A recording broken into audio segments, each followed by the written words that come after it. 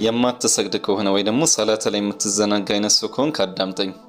ትጠጣለህ፣ ስገድ። ዚና ትሰራለህ፣ ስገድ። በጣም ትልልቅ የሚባሉ ወንጀሎች ናቸው አይደለ? ነገር ግን ስገድ። በጣም ወንጀል ውስጥ ተዘፍቀን ያለው አሁንም ስገድ።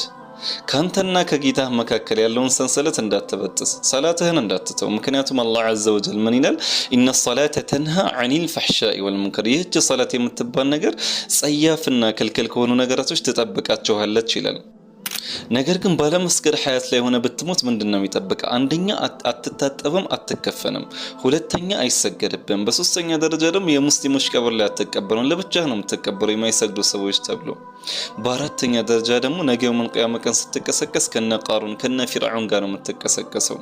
ስለዚህ ወንድሜ ጁምዓ ሲመጣ ጀምራለሁ፣ ነገ ታጠቤ ጀምራለሁ፣ ረመዳን ሲመጣ ጀምራለሁ የሚሉ ነገራቶችን ትተ ከዛሬውኑ ሰላትህን ጀምር። ላለፈው ሰላትህ ይቅርታ ጠይቅ፣ ቀዳ ከፈል። ያለፈውን ሰላት ስገድ አትባልም። ዐፈላሁ ዐማ ሰለፍ ይቅር ይልሃል። ስለዚህ ወንድሜ ሰላት ላይ ከመዘናገት ከአላህ ተጠብቀ ከዛሬውኑ ወደ ሰላት ተመለስ ለማለት ነው። ሰላም አለይኩም።